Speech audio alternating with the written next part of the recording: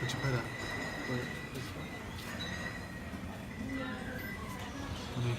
Whatever, you Chen. Right here? Yeah.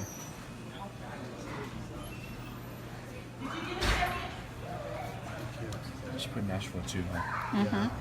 Complete with cables, lighting, everything to make this work. Since this elevator is about 55 years old, right behind this door, there's a long set of emergency stairs, just in case as a plan B. Well, that's good to know. You know, only if you want to get out. How did they find the cavern? I'll tell you that. There's only 4.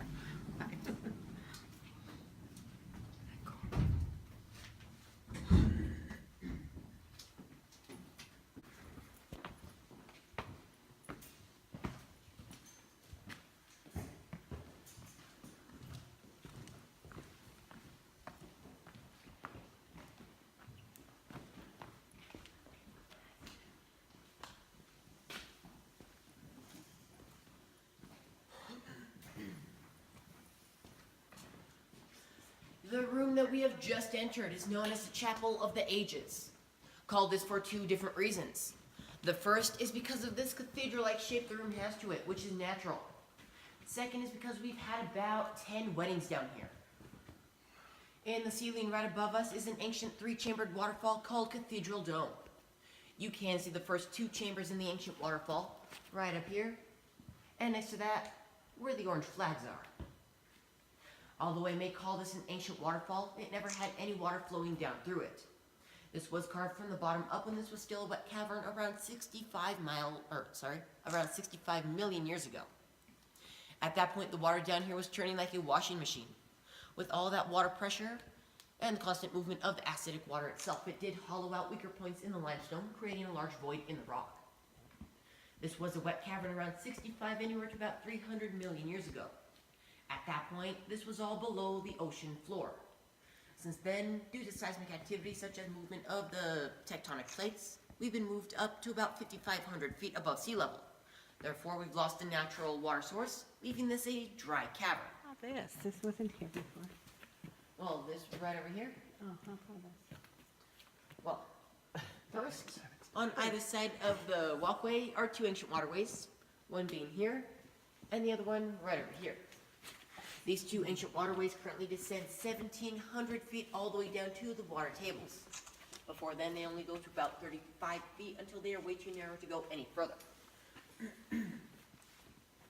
As for this right over here, this is our hotel room in a cave, the Cavern Suite. It has 2 queen-size beds, couch in the middle unfolds into a 3rd bed, TV with no cable, DirecTV, or Wi-Fi of any kind. In place of all that, they give you a whole bunch of movies to watch. There is a shower with hot and cold running water, and of course a toilet with only 6 flushes maximum. After those 6 flushes, the tank is full, meaning you have to go to the surface and use the restroom up there. If while you stay down here you feel lonely, to keep you company would be our guard dog, Rocky. That is what happened when a tour guide got really bored. He hit a dog on rocks. As for this right over here, this stage was built in 2012. They were hoping to have concerts, maybe even a couple movie showings down here. Big plans. The only thing is, nobody did any sort of research prior to construction of the stage. Turns out in order to have any sort of performance or show down here on the stage, legally, we need 2 to 3 emergency exits. We only have the 1 emergency staircase going up the elevator shaft. This has only ever been used once in its entire time being down here, and that was back in March for a wedding. In this glass case is a rare form of selenite crystals known as a halictite. The word halictite means hollow or horned. The one that I'm talking about is the arch right in the middle. Looks like either a teacup handle or maybe half an onion ring. Well, they got the arch out of one of the 2 ancient waterways right back there. Took them 7 hours to get it from 35 feet down all the way up to here where it is now. Had to be very careful with it because it is very fragile. If you just touch the arch, it will disintegrate into nothing but crystal flakes. That's because the arch is hollow like a drinking straw. For that reason, I'm just wondering how many of them they did destroy before they got one up here for the case. It was actually Ozzy Osbourne. Oh, did he come down here? Correct. Really? Yeah. He stayed here? Well, stage here, you just here for about 6 or 7 hours filming a travel show. Oh, okay. Yeah, he was down in, Sedona too. Yeah. Oh, Did you see him? no, he was actually here after hours. The only ones here were our 2 managers and our head tour guide. Really? That's a bummer, huh? Could've got his auto. We keep all these up here to prove to you. There are people crazy enough to get married in a hole in the ground in the middle of nowhere. The latest crazy person to get married down here was actually one of our tour guides. Back in March, she got married up on that stage and left her bouquet right up there. Wow. Well, it is so dry down here. If you're to stay here 3 days, no water, you will dehydrate and you will die. That's because limestone naturally sucks out moisture from anything around it. We just happen to be in a 98% limestone cavern, and we're completely surrounded by the stuff.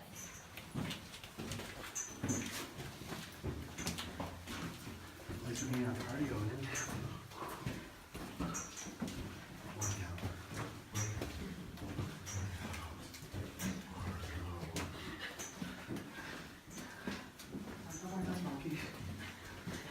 We'll just dive up here together. Okay, we're almost there. It's just over 1 mile in total concrete down here in the cavern. Oh, there it is. And this is what you're talking about, remember?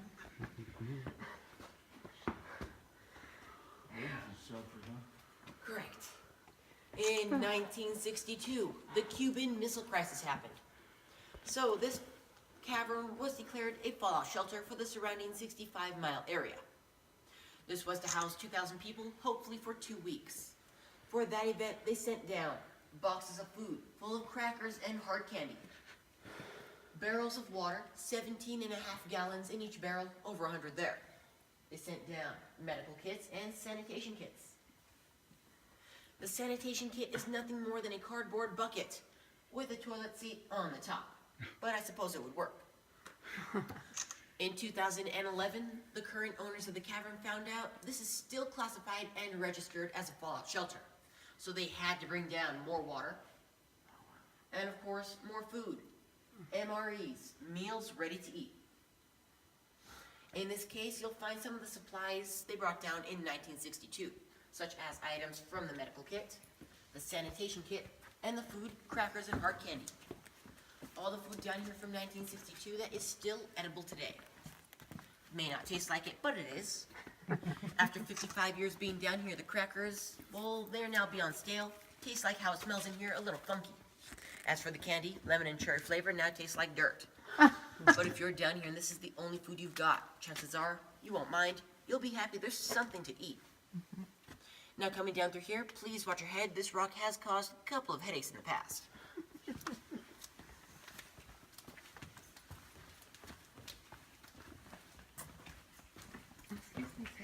And once again, watch your head. I thought you were gonna keep going.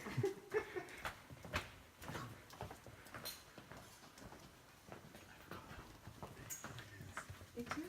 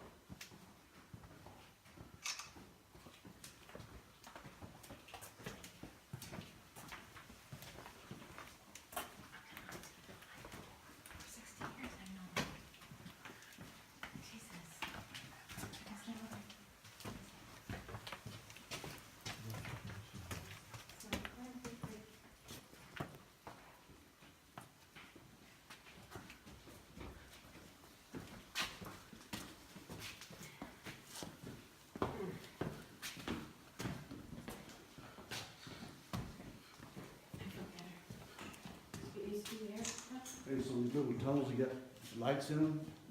Do they go somewhere, or? Well, that particular tunnel back there, that hits a dead end. I was told back in the 80s they were trying to dig to another part of the cavern. They knew it was there. It was just a matter of getting there. That was taking the longest part. Took them just over 2 years to get roughly 45 feet back. And then all of a sudden they realized the place we're trying to dig to is actually over there. Yes, so now we have this random dead end. They almost made it. Not quite. It's 318 feet below surface, huh? This giant hole in the ground is known as the mystery room. Now the mystery is, where are we getting all of this air from? We are not pumping anything in or out. All the air down here is already here. 1958, they got very curious. So they sent a group of volunteers right down there, 318 feet below the surface. Once down at the bottom of the cavern, they set off a whole bunch of red smoke bombs 5 days straight. 2 weeks later, they got a call from Supai Falls, 65 miles north of here. They were calling to ask where there was a bunch of red smoke coming out of the walls of the Grand Canyon. Mystery solved. At this moment, we are currently breathing 2.5-week-old Grand Canyon air. Now that shouldn't bother you too much, considering this could be some of the cleanest air we'll ever breathe. All the air coming through the limestone, well, that gets filtered out by the limestone itself. Filters out almost all that junk, leaving us with some pretty clean air. Now, because of how little people are down here close to the surface, depending on the time of the day you're down here, there could be somewhere between 2 and 7% more pure oxygen. Not necessarily sure if that part is actually correct. All I know is that if it is, that makes this some of the cleanest air we'll ever breathe. Naturally, being a bobcat and all, they named him Bob because why not? Bob fell down through the natural entrance around 1850, 167 years ago. They found that out by taking one of his back legs and getting that carbon dated. Bob currently only has 3 legs, 2 front, 1 back. Now when Bob fell in, he broke his hip. He was trying to crawl his way to the mystery room, smelling the airflow, thinking there's a way out. 3 days passed, Bob got dehydrated, and he died. All that limestone dust he was kicking up on the way there, breathing it in, combined with dying on limestone itself. That mummified Bob from the inside out. That's why he's fairly well preserved today. He still has teeth, whiskers, and a little bit of fur. Would have had much more fur today, except when they first found him. They decided to pass Bob around, so a lot of his fur did fall off. A couple of years ago, the owners of the cavern found out not everybody in the world on tours know what a real bobcat looks like. So to help them out, they went onto eBay and got this guy. Pretty much just a before picture in the off chance you had never seen one before. Now, because the name Bob was taken, they thought they would try to be funny. So, they called this guy Robert. Yeah, like I said, they tried. I just never said they were successful. The interesting thing about that would be if you're stuck down here for 2 weeks, eating nothing but junk food from the 60s, and you have heartburn. If you're really desperate, you can go up to the wall, snap one off, crush it up, put it in the water. All the calcium carbonate in the grape cluster will help with the heartburn. It will just dye the water a dark brownish red from all that rust, and it will taste completely nasty, considering these rocks have been on the wall for over 65 million years. I'm pretty sure anything that's been on the wall for that long, it would have a bit of a weird taste to it. But then again, at that point, it just depends on how desperate you are to get rid of the heartburn. Coming up through here, please really watch your step. There's a stair here, smallest step right after that. Smaller one has stripped most people down here in the cavern, which is why there's now a dent in the floor. So please, watch your step. If you want, you can go further in there. Take a better look up. There's a huge hole in the ceiling.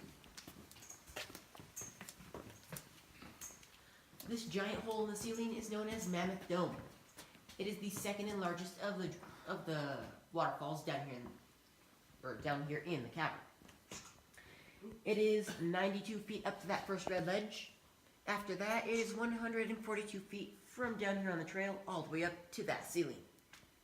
After the ceiling, if you go another 60 or so feet through solid rock, you will end up in the employee parking lot behind our building. Just to give you a feeling of where we are right now. This right here is the last of the uphill climbs. After this, it is all back downstairs. As with all the other uphill climbs, please watch your step. The Hoover Dam was finished being built. Now, the Hoover Dam was built ahead of time and under budget. So, being rather nice neighbors back then, they sent all the extra material from the scaffolding right down here. They then helped Walter construct a 65-foot long, swinging, wooden suspension bridge in a cave. That wooden suspension bridge goes up to connect to 3 15-foot long wooden ladders that are vertical. Those 3 ladders then connect to a 35-foot long wooden staircase, almost vertical itself. That one needs to come up and out of the natural entrance on the surface. 1962, of course, they got an elevator, Little less hazardous, faster, easier way down to the cavern. So they sealed that thing off with about 25 feet worth of dirt and rock. All was going pretty well with Walter and his tours up until about 1954. At that point, Walter had stopped paying all of his property and land taxes for around 5 years straight. After a while of not paying up, they got tired of it. So they took away all 800 acres of land and auctioned it off to a freight trucking company just outside of Denver, Colorado.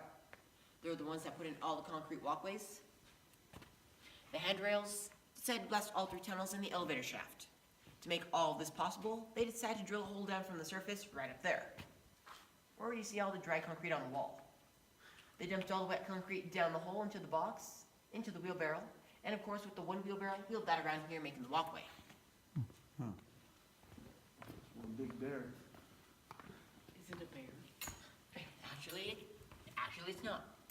It doesn't look like a bear. 1955, they were clearing this area out for the walkway. All of a sudden, they came across 94% of this thing's bones. Not knowing what it was at the time, they sent the remains down to the University of Arizona down in Tucson. It was down in Tucson they discovered she was actually a giant prehistoric four-toed ground sloth. They named her Gertie. She fell down through the natural entrance above us around 15 to 20,000 years ago, same time mammoths and saber-toothed tigers were around. When she fell in, she broke her back. That did not stop her from trying to climb out. She did leave claw marks in the wall. We know the claw marks are hers for a fact because they found one of the claws in the wall itself. While blasting tunnels in the 60s, the claw fell out. So they took the claw, put it on display in a glass case on the surface. You get to see that when we're done. We have today the three-toed tree sloth, the armadillo, and the anteater, which is why I assume they gave it a weird looking face.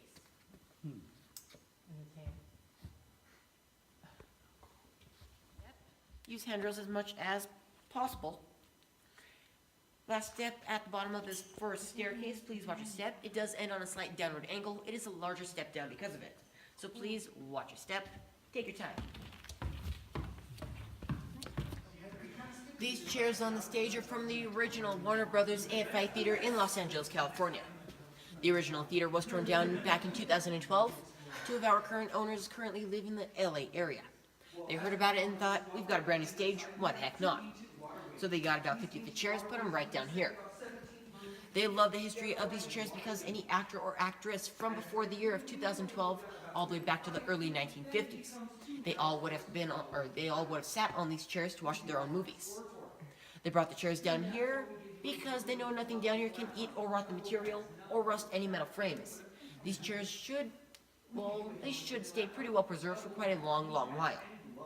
You can tell just how old the chairs are because they only have an ashtray. Nothing more or less, and it's been quite a long while since you were able to smoke in a theater just about anywhere. This hotel room is one of the top 10 most unusual places in the world to spend the night. We are number 9 on the list, so we're pretty low and all, but we're on the list. Number 1 is quite hard to beat, considering, well, that is a prison cell in Russia. Oh, okay. Well, not that people want to stay there, it's just the weirdest place in the world to spend the night. Number 2 is a little nicer. I was told those are the ice castles in Sweden.